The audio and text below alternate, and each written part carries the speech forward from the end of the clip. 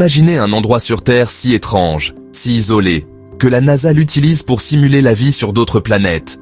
Un lieu où les arbres saignent, où les montagnes cachent des réseaux de grottes inexplorés remplis de squelettes antiques, et où les animaux semblent issus d'un rêve surréaliste.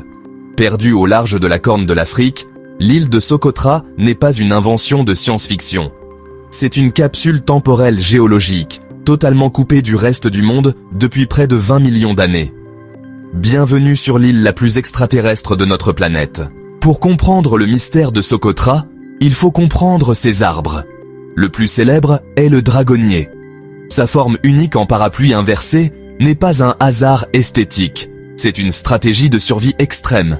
Dans ce désert de calcaire brûlant, ses branches denses capturent la brume nocturne, la transforment en gouttes d'eau et créent une ombre parfaite pour protéger ses propres racines de l'évaporation. Mais le véritable choc survient lorsqu'on entaille son écorce. L'arbre sécrète une sève rouge sang, épaisse et toxique. Si vous aimez explorer les mystères cachés de notre monde, abonnez-vous aux Intellos. Dans l'Antiquité, les Romains et les Grecs croyaient que ce sang venait de dragons légendaires morts au combat, et les sorciers l'utilisaient pour l'alchimie et la momification. Mais le dragonnier n'est pas seul. À ses côtés pousse l'arbre bouteille, une plante bulbeuse absurde qui ressemble à une patte d'éléphant géante surmontée de fleurs roses. Ce tronc massif est en réalité un réservoir d'eau vivant, capable de résister aux sécheresses les plus mortelles. Ce que la plupart des gens ignorent, c'est que le jus de cet arbre est un poison violent. Les tribus locales l'utilisaient autrefois pour enduire leurs flèches de chasse. L'isolement de Socotra est si radical que 37% de ces plantes, 90% de ces reptiles et la quasi-totalité de ces escargots terrestres n'existent nulle part ailleurs sur Terre. Si vous les arrachez à cette île, ils meurent. L'histoire de l'île est tout aussi mystique. De nombreux historiens et théologiens pensent que Socotra, mentionné dans les textes anciens sous le nom de « l'île du bonheur », est la véritable source d'inspiration du jardin d'Éden biblique. C'était le seul endroit connu pour produire simultanément les trois substances les plus précieuses de l'Antiquité: l'encens, la myrrhe et le sang de dragon.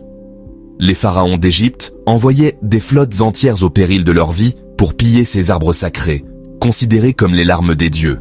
Naviguer vers Socotra était si dangereux à cause des récifs et des tempêtes que les marins l'appelaient « l'entrée des enfers ». Mais passons sous terre, là où le véritable frisson commence. Le sous-sol de Socotra est un gruyère de calcaire abritant l'un des plus grands réseaux de grottes de la planète, dont la majorité n'a jamais été cartographiée par l'homme. Récemment, des explorateurs ont découvert la grotte de Hoc. À l'intérieur, dans le noir absolu, sur des kilomètres, ils sont tombés sur des inscriptions antiques en plusieurs langues disparues, des poteries intactes et des restes de cargaisons de marins du 1er siècle après Jésus-Christ.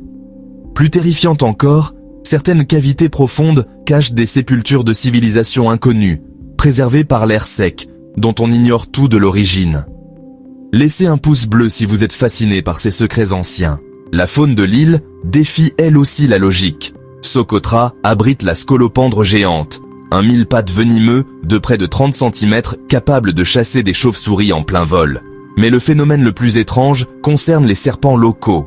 L'île abrite des espèces de reptiles qui, selon les scientifiques, ont développé la capacité unique de communiquer en émettant des sifflements rythmés qui ressemblent à un chant. Dans un monde sans prédateurs majeurs pendant des millions d'années, l'évolution a pris des chemins totalement aberrants, créant un écosystème qui ne répond à aucune règle de la biologie moderne. Mais au milieu de cette nature hostile et extraterrestre, une question se pose. L'être humain a-t-il réussi à dompter cet endroit? Eh bien oui. Socotra est habité par un peuple unique au monde, les Socotris.